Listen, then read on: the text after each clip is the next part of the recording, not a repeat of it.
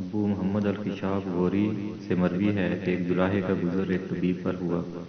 اس نے دیکھا کہ وہ کسی مریض کو دوائی کے طور پر عرق گلاب اور تمر ہندی املی کٹارے تجویز کر رہا ہے۔ اس نے کہا کون ہے جو اس کام کو عمدگی سے کر سکے؟ کہ جلاحہ اپنی بیوی کے پاس آیا اور اس سے کہا کہ میرے لیے ایک بڑا امامہ بناؤ۔ اس نے کہا تو اس امامہ کو کیا کرے گا؟ اس نے کہا میں تو اب حکیم بنوں گا۔ اس کی بیوی نے کہا تو ایسا مت کر، لوگ تمہیں ماریں گے۔ جب لوگوں کو تو جان سے مارے گا تو لوگ تمہیں ماریں گے۔ اس نے کہا یہ میرا اٹل فیصلہ ہے۔ آخر کار بڑا پگڑا باندھ کر مطب شروع کر دیا گیا۔ پہلے دن جا کر بیٹھا اور لوگوں کے لیے دوائیں تجویز کرنا شروع کر دیں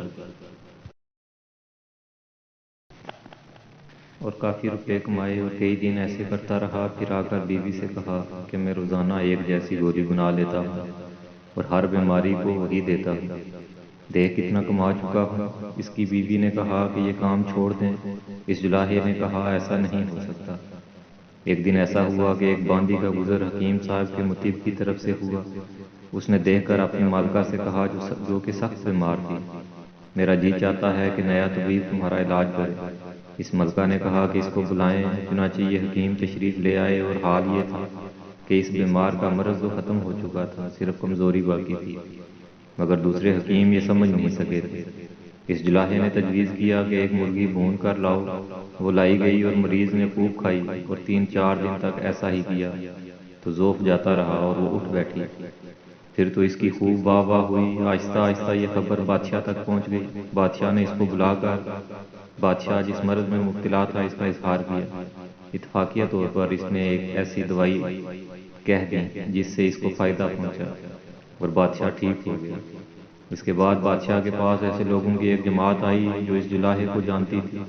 انہوں نے کہا کہ یہ شخص ایک جلاحہ ہے، یہ کچھ نہیں جانتا۔ سلطان نے کہا کہ اس شخص کے ہاتھ سے مجھے صحت ہوئی اور فلاں عورت کو اسی کے علاج سے صحت ہوئی۔ یہ میرا تجربہ ہے، اس کے خلاف میں تمہاری بات تسلیم نہیں کروں گا۔ انہوں نے کہا کہ ہم تجربہ کرانے کے لیے اس کے سامنے مسائل رکھتے ہیں۔ بادشاہ نے کہا ایسا کر لو۔ انہوں نے کچھ سوالات تجویز کرائے۔ اس کے لیے اس جلاحے نے کہا کہ اگر میں ان مسائل کے جوابات تمہارے سامنے بیان کروں گا تو تم جواب نہیں سمجھ سکو گے، کیونکہ جوابات کو وہی سمجھ سکتا ہے جو کہ طبیب کو۔ لیکن اگر تمہیں تجربہ ہی کرنا ہے تو اس طرح کر لو، کیا تمہارے یہاں کوئی بڑا شفا خانہ ہے؟ لوگوں نے جواب دیا کہ ہے۔ پھر اس نے کہا کیا اس میں ایسے بیمار ہوں گے جو مدت سے پڑے ہوئے ہوں گے؟ لوگوں نے کہا ہاں ہیں۔ اس نے کہا کہ بس میں ان کا علاج کرتا ہوں، تم دیکھتے رہ جاؤ گے کہ سب کے سب چند دن میں عافیت کے ساتھ اٹھ کھڑے ہوں گے۔ اس علاج کے بعد کیا میری قابلیت کے اظہار کے لیے کوئی دلیل اس سے بڑی ہوگی؟ لوگوں نے کہا کہ نہیں۔ چنانچہ سب شفا خانے کے دروازے پر پہنچے۔ اس نے لوگوں سے کہا کہ تم سب یہاں بیٹھو، میرے ساتھ اندر کوئی نہ آئے۔ اس کے ساتھ صرف ایک شفا خانے کا افسر تھا اور اندر داخل ہو گئے۔ اس جلاحے نے اس افسر سے کہا کہ جو کچھ میں عمل کروں تو نے کسی کے سامنے کچھ نہیں کہنا۔ اگر تو نے کسی کے سامنے اس کا اظہار کیا تو میں تجھے پھانسی دلاؤں گا، اگر تو خاموش رہا تو میں تجھے مالا مال کر دوں گا۔ اس افسر نے کہا میں خاموش رہوں گا، اور افسر سے حلف بالطلاق دلایا۔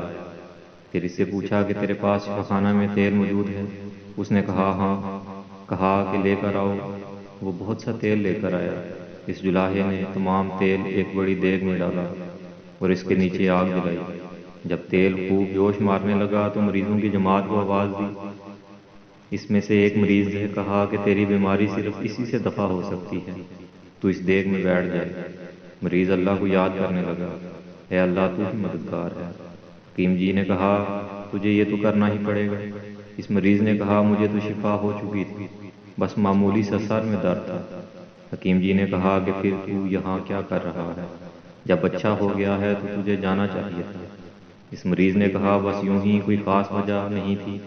حکیم نے کہا تو چلا جا اور لوگوں سے کہتے جانا کہ میں تندرست ہو گیا۔ وہ یہاں سے نکل کر بھاگا اور لوگوں سے کہتا گیا کہ میں شفا یاب ہو گیا۔ ان صاحب کی آمد سے پھر دوسرے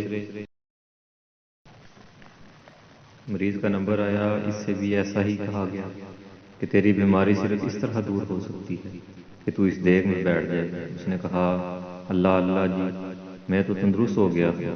حکیم صاحب نے کہا اس میں بیٹھنا ضروری ہے۔ اس نے کہا میں تو آج شام کو واپسی کا ارادہ رکھتا۔ حکیم جی نے کہا کہ اگر تجھے شفا ہو چکی ہے تو چلا جا اور لوگوں سے کہتے جانا کہ میں اچھا ہو گیا ہوں۔ اب یہ بھی نکل کر بھاگا اور لوگوں سے کہتا گیا کہ حکیم صاحب کی برکت سے مجھے صحت ہو چکی ہے۔ یہ حال سب کا ہوا، یہاں تک کہ سب حکیم کا شکر ادا کرتے ہوئے رخصت ہو گئے اور بھاگتے چلے گئے، اور حکیم کی شہرت ہو گئی اور مخالفین شرمندہ ہو گئے۔